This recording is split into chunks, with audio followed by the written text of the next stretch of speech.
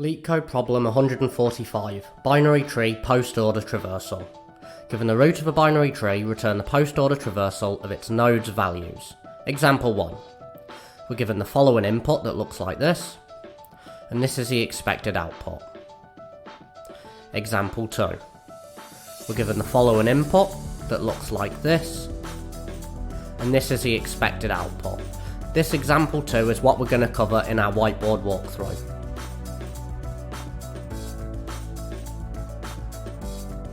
The approach that we're taking is called the two-stack postorder traversal. It uses two stacks as part of the solution, has a time complexity of O of n and a space complexity of O of n.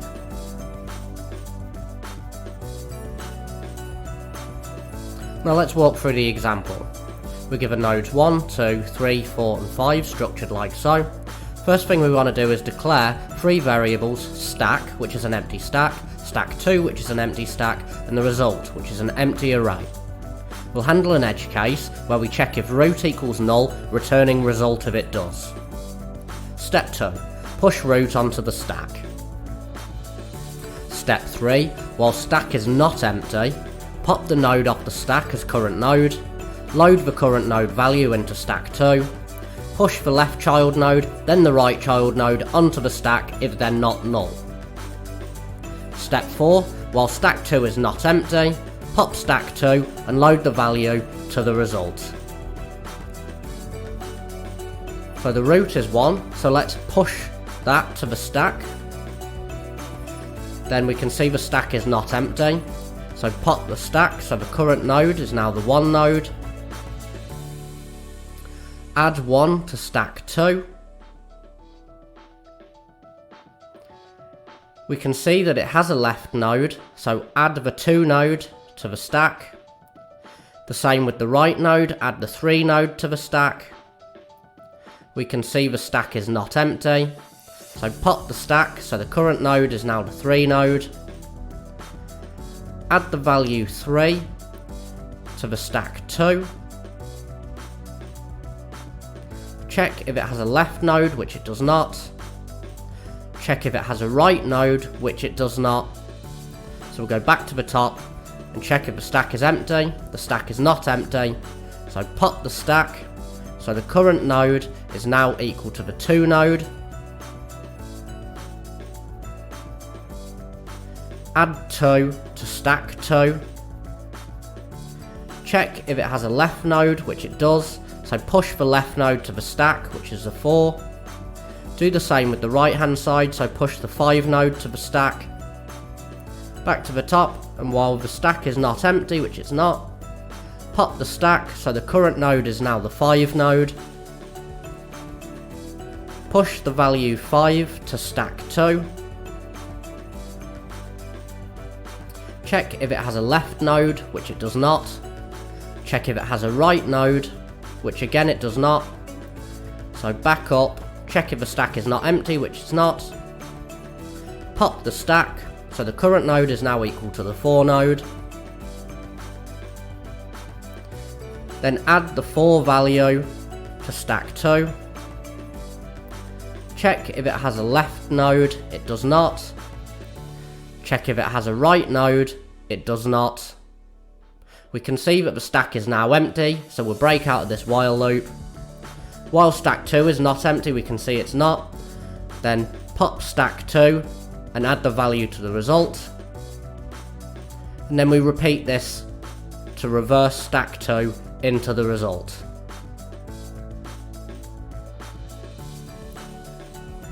So next we'll then add the 2 into the result.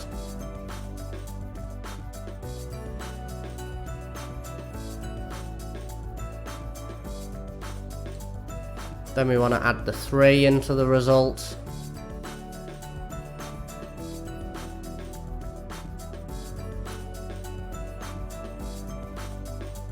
And then finally we're going to add the 1 into the result.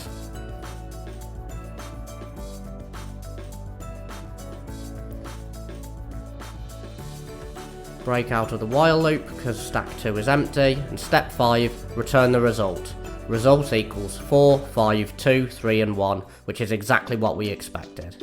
Well, thank you very much for watching. It's as easy as that. Why not pause the video and try to implement a solution yourself? If not, stay tuned for my solution next.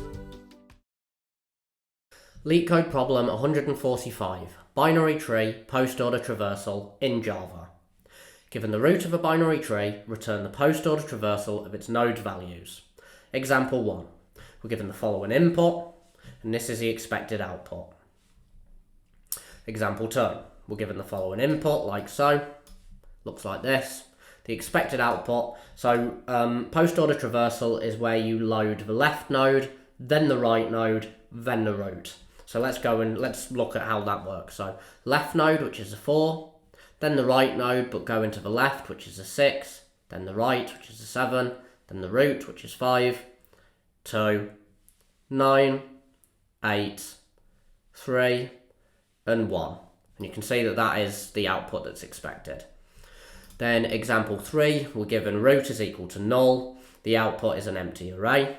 And then example 4, root is equal to 1, it's just a single node tree, and the output is going to be 1. So in terms of edge cases, in the examples I think we can see that there are 3 edge cases. So the first one is shown in example 3, which is where we're given root is equal to null. In that scenario, we have to return an empty integer array because you can see here that it expects a list of integers. So we can't just return root because root is equal to null, so that's going to cause us a error. Example 4 shows a second edge case, which is where we're given a single node in the tree. In that scenario, we just want to take that node's value, push it to the result, and then just return the result, which is going to be an array with a single integer. And then the third edge case which comes to mind is where we are given a tree that has nodes in it that do not have left-hand childs, but does have a right-hand child, and other nodes in the same tree that does have a left-hand child, but does not have a right-hand child. So our solution is going to have to handle these edge cases. Now let's get into it. So the first thing that we're going to do is we're going to declare 2 stacks and a result array. So we'll have the first stack, which we'll call just stack. It's going to take in tree node. We'll call it stack. We'll set it equal to new stack. And the second stack, we're going to put integers in it. So we'll put integer in here. Call it stack 2. Set it equal to new stack. We'll fix this. And then we want the result array. So we'll put it as list integer. Call it result. Set it equal to new array list.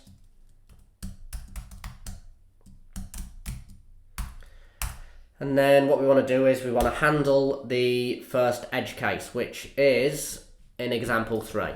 So if the root is null, so let's check if the root is null. So if root equals null, then we want to return result, which is the empty array. Now, if we get past this and root is not null, then we have a value, we've got at least a single node. So what we want to do is we want to stack.push root. So we've now added the first node to our stack, and now we'll traverse over the entire tree. So we'll say while stack is not empty, so is empty. So it's not empty. While stack's not empty, what we want to do is we want to stack. So we'll set current node, which is tree node. Call it current node equals stack.pop. Then we want to load the current node's value into stack 2. So stack2.pop current node.val. We then want to check if the current node has a left-hand child, so if current node dot left doesn't equal null. If it doesn't equal null, then we want to add the left node to the stack. So stack dot push current node dot left, and we do the same for the right as well. So if current node dot right doesn't equal null, then we do stack dot push current node dot right. And that is everything that we want to do in this first while loop. So if you've watched any of my videos before, or specifically the pre-order tree traversal, this code should look very similar. The only difference is the order that we've loaded the left and the right node and where we've loaded it to. So we've loaded the left and then the right into stack 2. So all we've got to do now is we reverse stack 2 into the result and we return the result. So let's do that. So to do that, we use another while loop. We'll say while stack 2 dot is empty. So while stack 2 is not empty, then we'll say result dot add stack 2 dot pop. And then finally, we just return result. Let's see if that runs. It does not. And why does it not? Where have I put that? 29. So stack.pop. Well, I'm not sure why I've put that in.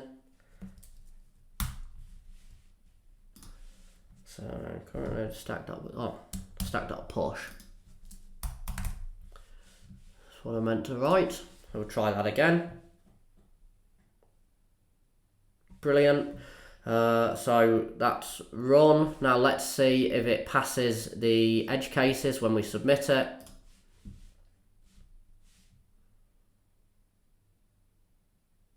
Excellent, it does.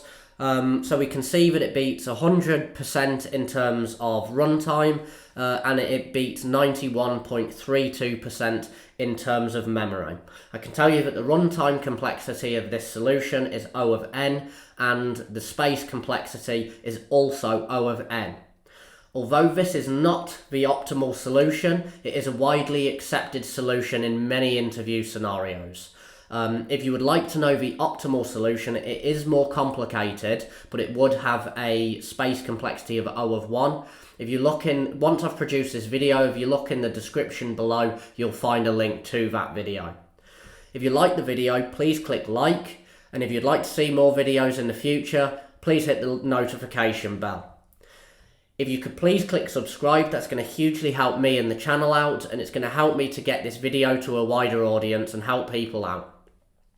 If there's anything that you think I can improve on, or any videos that you'd like to see in the future, or if you've got any questions or any pointers that you'd like from me, please leave them in the comments below and I will get back to you. Thank you very much for watching and good luck with your coding.